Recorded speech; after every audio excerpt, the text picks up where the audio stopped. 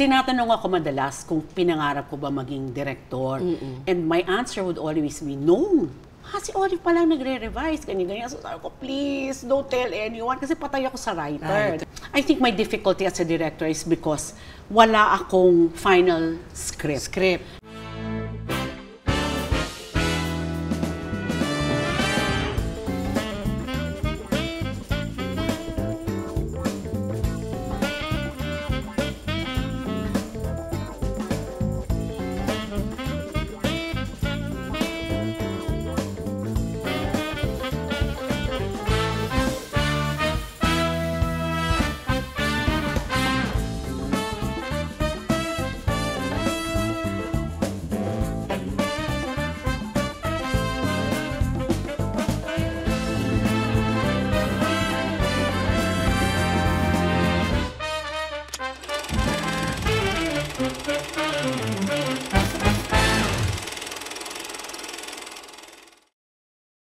Hello! Hello, Inang! Ano na? Dapat masarap ang chikahan natin Yan ngayon. nga, my gosh. Talagang ang retirement suits you. Glowing and mukha ka talagang fresh na fresh. Pero, she's a storyteller, a trailblazer, and a force behind some of the most unforgettable Filipino films. Today, on Behind the Reel, we're honored to be joined by the one and only Direk Olive Lamasan. Umpisa na natin ha, Direk Inang. Sige. Wow, let's go back to the very, very beginning. How did you start in the film industry? It was 1984. I was a fresh graduate of Marinol College, now Miriam. It was I had a course of communication arts, yun. But I was groomed for advertising. Okay. Yung kurso dati, general, wala siyang specific. Like, even in UP, did not offer film. Graduate ako doon, but I was groomed for advertising by Rico Dico. So, yung pag ganun nyo, was there ever a time when you took nga, sabi mo nga, you were groomed for advertising, paano ka naman napunta sa pagiging filmmaker? Kasi nagalit ako. Nagalit ka? Nagalit ako, kaya ako napasok sa industriya na to. Kasi sobrang sumama ang loob ko sa aking film professor na si Dr. Nick Cruz. So, Inang, bakit ka nagalit? Bakit ka nagalit kay Father Nick Cruz? Pare yun, ha? Oo. May karapatan ka talaga magalit sa Because kanya. he almost flunked me in my film theories class. Kasi ganito yun. So, student leader ako. So, most of the events that we had, palagi nagpo-fall on a Friday. Ang klase ko sa kanya, Friday. So, galit na galit siya sa akin kasi I will not attend his class. Diba? Pupunta ako dun sa event kasi parang feeling ko mas kailangan ako dun. So, anyway, yung time na to, 84, so 84, mahirap yung trabaho, mahirap maghanap ng work. At that time. But I had offers from the advertising agency, so I was so blessed. Yun. But when I got an offer from Victor Ordonez, one of the board of trustees of Marinol College, kasi nakita niya yung picture ko sa panorama. Na-feature ka na ng Bulletin Sunday. As a student leader. Yes. So, parang he invited me. I was called to the president's office and sinabi sa akin that Victor Ordonez is asking if you're interested to join the movie industry yan, as a production assistant. So, pumunta ako doon. Ako ay, there's a American production, American movie that was going to be shot in the Philippines, and they needed a production assistant. Ang dami palang production assistants. Na kailangan. So, dahil sa sama ng loob ko kay Father Nick, kasi film di ba? Sabi ko, I will show him that I did not deserve that grade. What did he give you, by the way? Anong grade yun? 75. 75. So, talagang pasang-awa. Pasang-awa. Kasi, alam mo, okay lang naman yun, but I was running for honors. An MMJ award. What is an MMJ award? Mother Mary Joseph, ganyan, which is one of the highest awards given, no? By Marinol. By Marinol, or Miriam. Yun. So, parang because I got that grade, I did not get the award. But it was, okay lang yun. Ang hindi ko lang, sobra ako nasaktan kasi sobrang nasaktan yung mga mentors ko. That was, mga professors ko, si Rico Dico, at saka yung isa ko pang professor na na mahal ko. So yun. So if it were just me, okay lang. Yun. Pero sobra ako nasaktan for them. So when I got that offer, film, sabi ko kay Sir Rico, Sir, 1 year lang, give me a year or just one project. babalik ako sa advertising. So, galit na galit siya sa akin kasi nakaready na yung trabaho. Oo, pinabayaan mo para gawin itong maging PA dito sa pelikula. Tapos, ang daming naghahanap ng trabaho. Tapos sabi niya, you're so lucky, blah, blah, blah. Sabi ko, sir, bigyan mo lang ako talaga. I just want to prove Father Nick Cruz wrong. So, it was 9 Deaths of a Ninja. That's the title of the movie. Oo, 9 American Deaths of a siya, with Sho Kosugi, action, ganyan. Tapos, that was where I met Charo and Malu, the sisters. And the rest is history. So, as from a production assistant, di ba, naging producer ka. So, how did this shape your career to become now a director, talagang tinitingala? Imagine, from production assistant tapos naging director ka. Ano yung mga dinaanan mo? Tinatanong ako madalas kung pinangarap ko ba maging director. And my answer would always be no. No, never. Hindi ko pinangarap yan. But, ang pangarap ko lang dati, parang kung ano yung highest point or highest na position na mararating ng kung saan ako nagsimula. So, PA, associate producer, and then line producer. Kasi idol ko si Charo, and she was a line producer, and she was my boss. We were hired to, Vision Exponents was her company. Diba? Tapos, it was hired to do line production work for Regal Films. So, yun. So, and then, yun lang ang pangarap ko, maging line producer. Pero dahil pag producer ka, parang kailangan itawid mo. May budget. Kahit anong mangyari. Parang kailangan matapos ang pelikula within budget and within schedule. So, yung pagiging writer ko at pagiging director ko, parang bunga yan ng mga exigencies.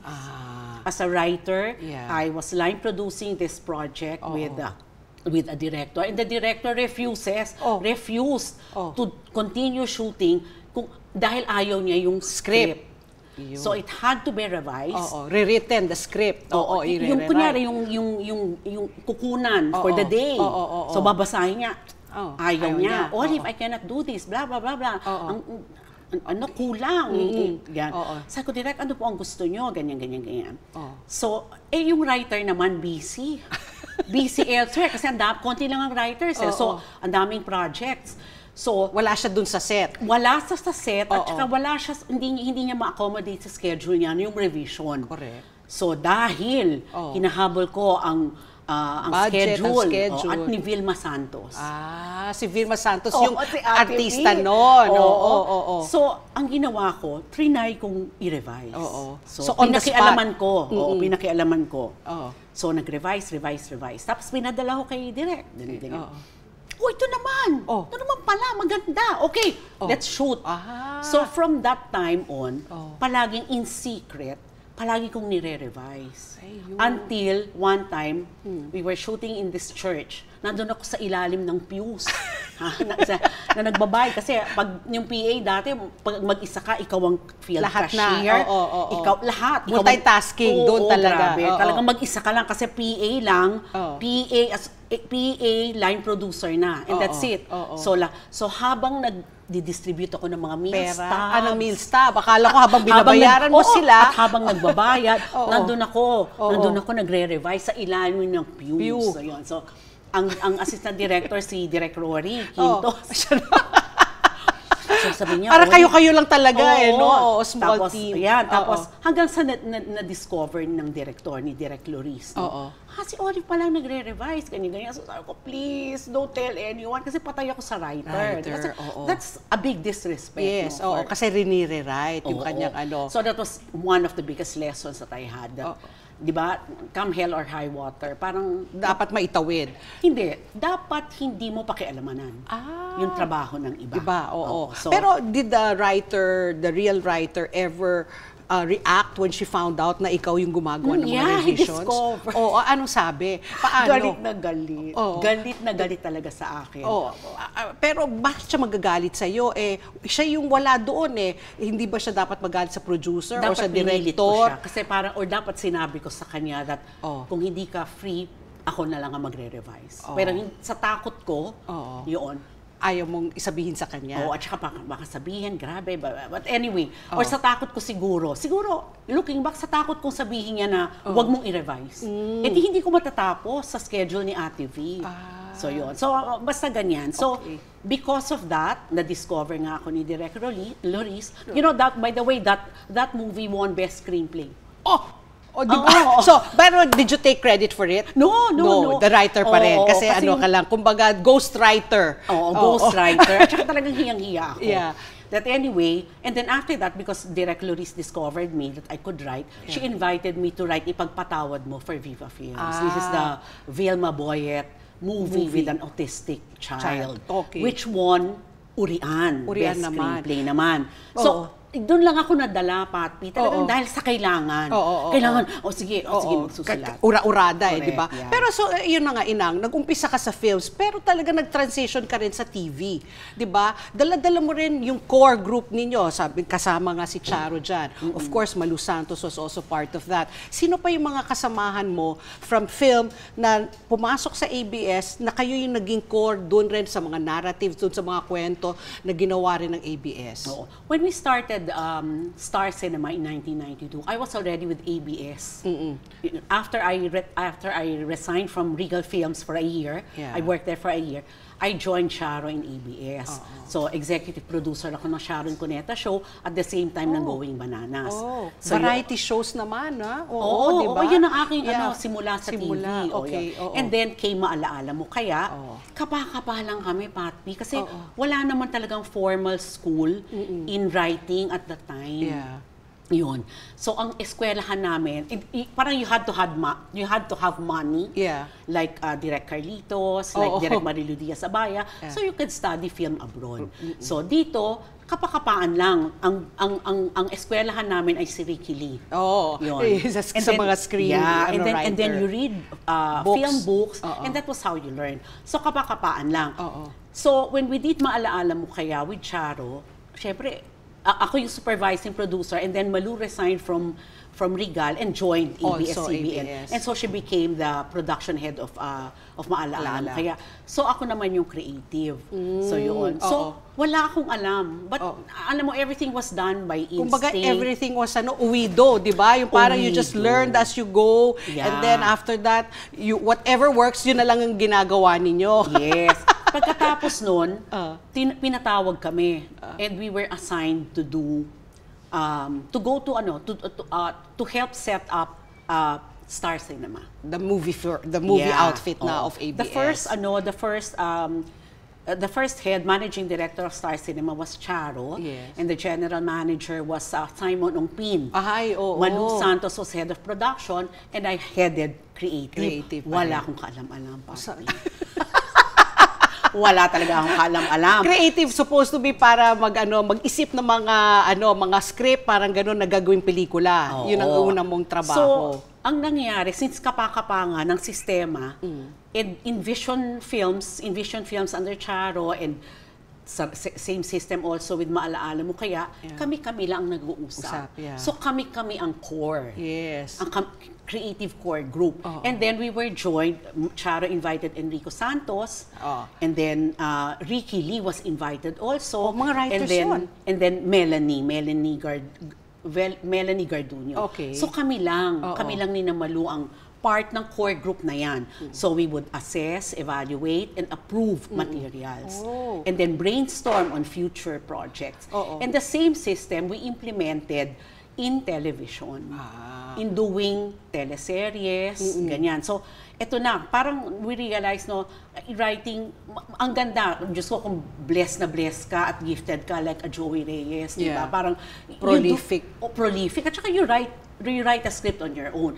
But we realized, we need to gather a team, a team of brainstormers, di ba, para mas maging collaborative. So that was how it started. Very tight-knit kayo. You very tight-knit. And you were all, you were all open to parang critical exchange of ideas, wala naman yung personalan. How was it? Parang in that war room, nagsisigawan, how do you exchange ideas? Parang nice to visualize, di ba, the likes of Enrico, Ricky Lee, ikaw, sabi mo nga si Malu, si Charo. Paano yung brainstorming ninyo? What is a typical brainstorming session like? I think because of the friendship, Charo's, Malu's, and my friendship through the years, parang wala sa amin yung ano, parang we can really be very, very honest with one another. Pero minsan, ang sakit.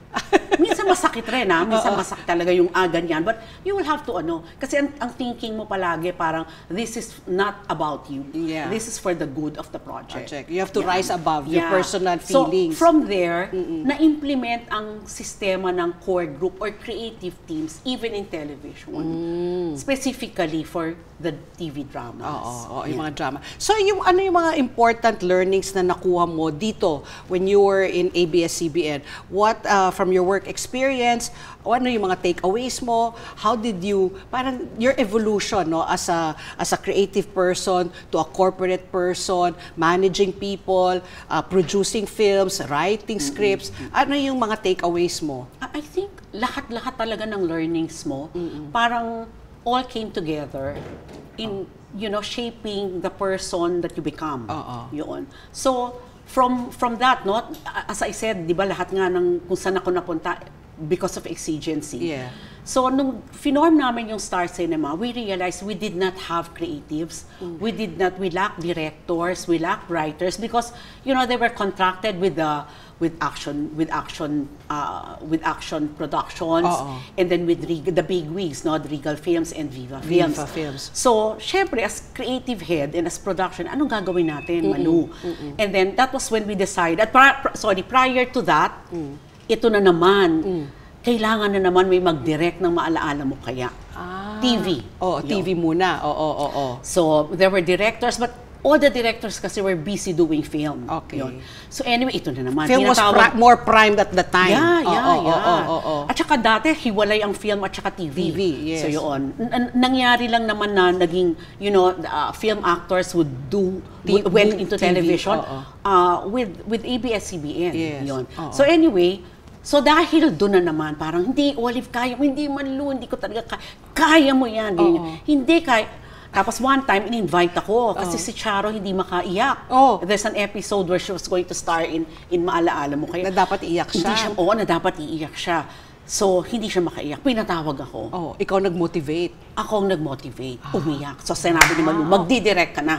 Galing mo naman. So, yun. Paano mo nahugot? Anong pinush mo kay Charo? Magkakaibigan kami, diba? So, there are secrets. Secrets, yeah. So, yun.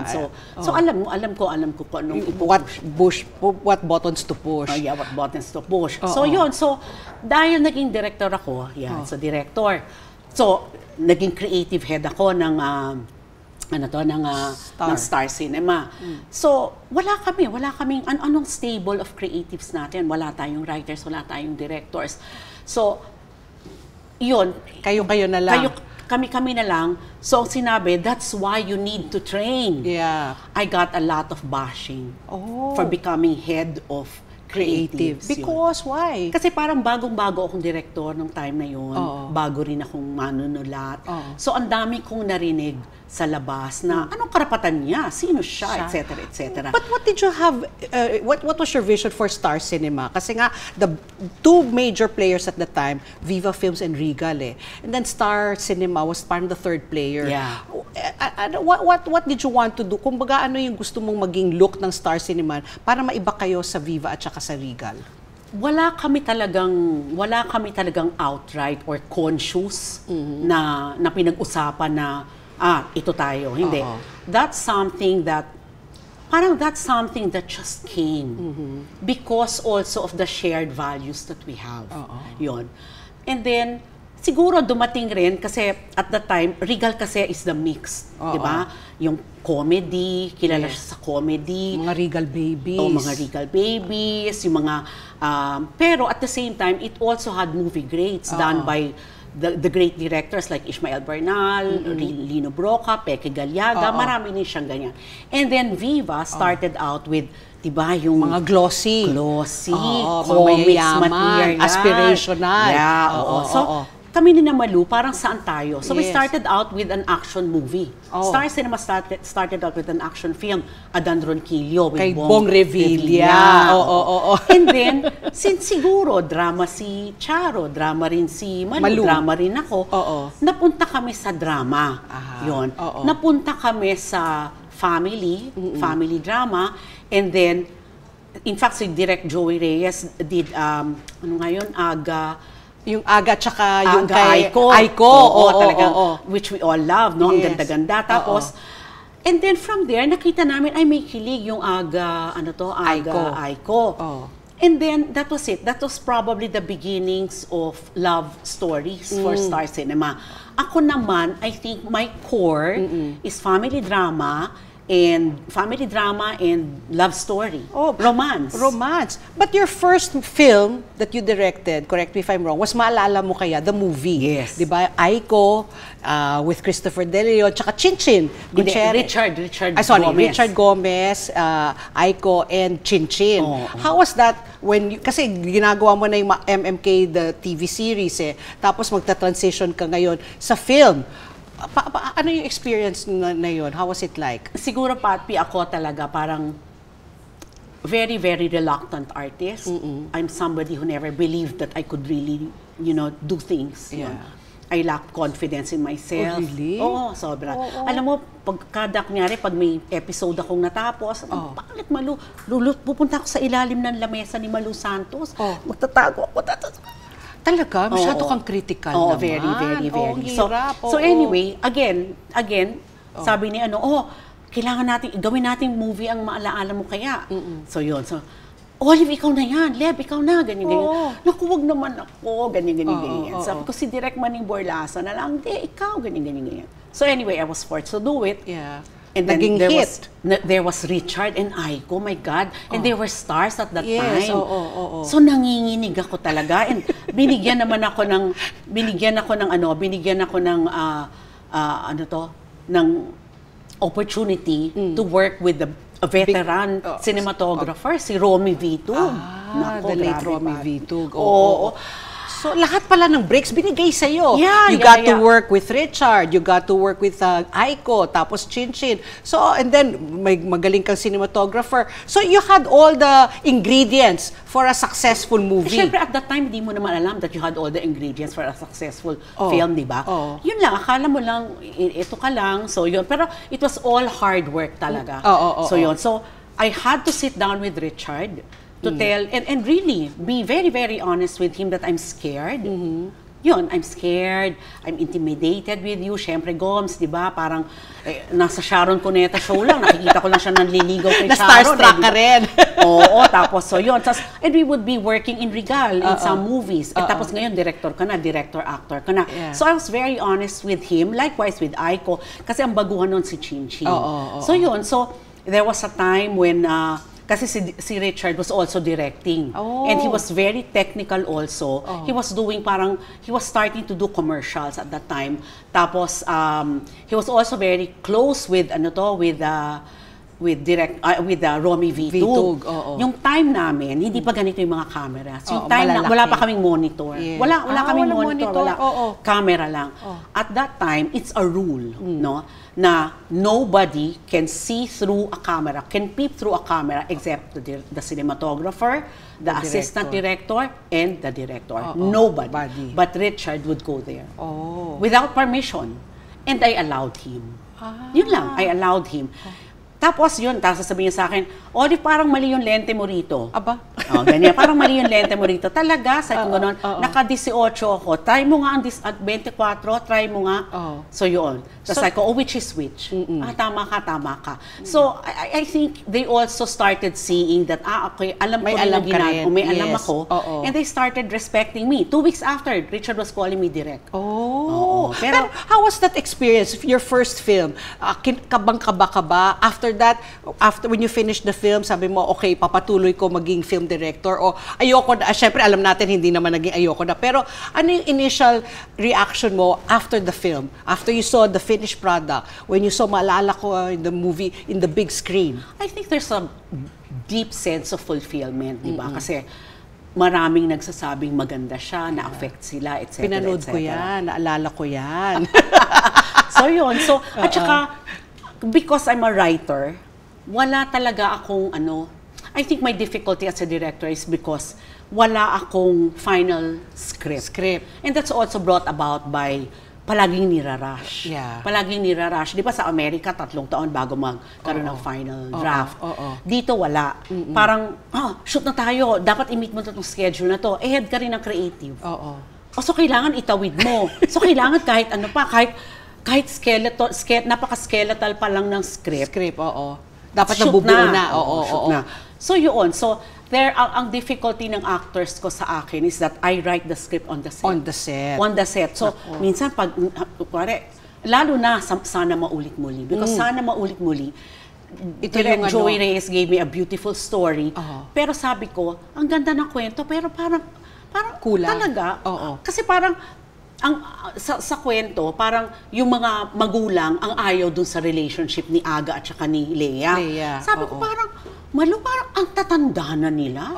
Mga magulang pa rin ba ang kontra. So yun. So anyway, because also of my arrogance, hindi ko masabi na Charo, hindi ko kayang gawin to kasi wala pa talagang script. So go because we were rushing, we were following, parang we had to meet the schedule of Lea Salonga, ganyan. So, punta kami ng Amerika, Patpi, wala akong kaalam-alam sa Amerika. First time kong pumunta. Tapos, gagawin namin ang buhay doon. So, grabe talaga yung humiliation na pinagdaanan ko doon. Because I had to tell my actors. There's a script which they read, written by sina Mel Del Rosario, sina Shaira Melia, sina Don Quaresma, Ruel Bayani. But we're revising, I'm redoing the story. So paano mo sasabihin yun? So I had to tell them, I'm revising the story.